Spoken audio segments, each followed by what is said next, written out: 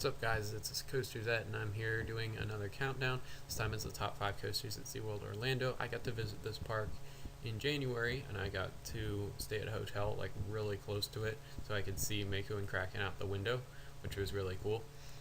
And I got to visit this park 3 times on our trip to Florida.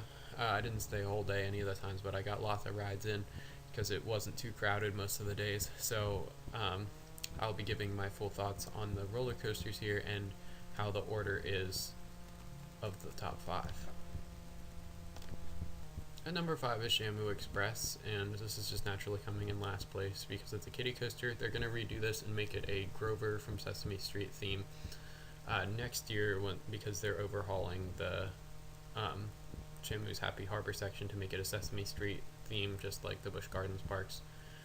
And this isn't a bad little kiddie coaster. It's pretty long. It's got a pretty solid layout for a kiddie coaster, and I think this is a really good coaster to get kids started. I didn't find it to be really comfortable because I've got decently long legs, so that kind of hurt because my legs got squashed under the restraint, but it's decently fun for a kiddie coaster. Number 4 is Journey to Atlantis, and I didn't get to ride this ride at all the last time I went because it was down for maintenance, but I did get to ride it one other time before when I had visited the park before. And this is a decent ride. It's more water ride than roller coaster, but the theming is very well done. It's got some fantastic theming inside there. The drops are pretty fun.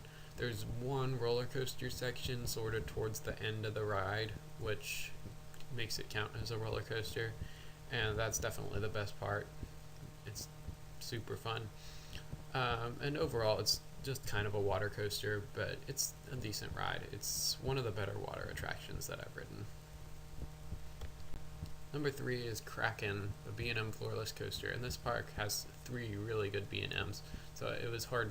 So I had to decide which of them had to be third, and it definitely had to be Kraken. But it is a really fun ride, but it was not as good as I remembered from 2016. It was running a bit rougher. I did get the chance to ride this, let's see how many times, 10 times when I was there, and it's really fun. The drop is really cool. It's got some great inversions. It's got a great collection. It is a bit rough. There's a bit of headbanging in sort of the first part, like from when you get off the loop until about the mid-course brake run, especially after that Cobra roll. When you're going into the brake run, it hurts a little bit. But overall, it's a really good ride. I just wish it were a little bit smoother, but it's a very solid ride, a very good floorless coaster. Number 2, we have Manta, my favorite flying coaster I've ridden. That's the only B&M flying coaster I've ridden, so naturally it'll be my favorite because the other one was a Vekoma Flying Dutchman.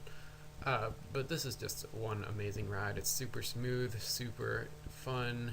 You really get a sense of flying on it. The pretzel loop is just insanely intense. All the inversions are really well done. It's got some great theming to it. The part after the mid-course brake run, when you go down the drop and hit right by the water, is really cool, and then you have kind of a near-miss element with the water if you're on the far side. And if you're on the other side, you have a near-miss element with there's a rock kind of cliff structure there, which is really cool. And you really feel like you're flying above the park when you do this.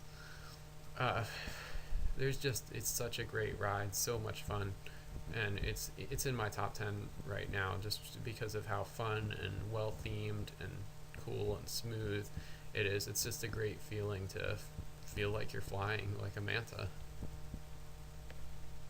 And at number 1, we've got Mako, the B&M Hypercoaster, and I love B&M Hypercoasters. They're so much fun, and this is my favorite B&M Hypercoaster, so it's my favorite coaster. I've only gotten to ride 2 B&M Hypercoasters, but I really want to check out some more. So this is just an amazing ride, super smooth. The drop is incredible. You get some amazing airtime on it, ejector and floater on the different hills. The whole ride is really well executed, and you get airtime on pretty much every one of the hills. Those overbanks towards the end are really cool. You get some great hang time, but my favorite part of this has to be the drop. The drop is just breathtaking. It's so good. I got to ride this coaster 12 times while I was there, and it was so fun. And I was able to get quite a bit of space a couple times, and I like got so much airtime on the drop. I was almost afraid I was gonna fall out. But the restraints on this are amazing. I love some B&M clamshell restraints. Those are so good. They're so comfortable. And this is just an amazing coaster, and I could ride this all day, and that's why it's my number one. Alright, well, thanks for watching this video. Hope you enjoyed it.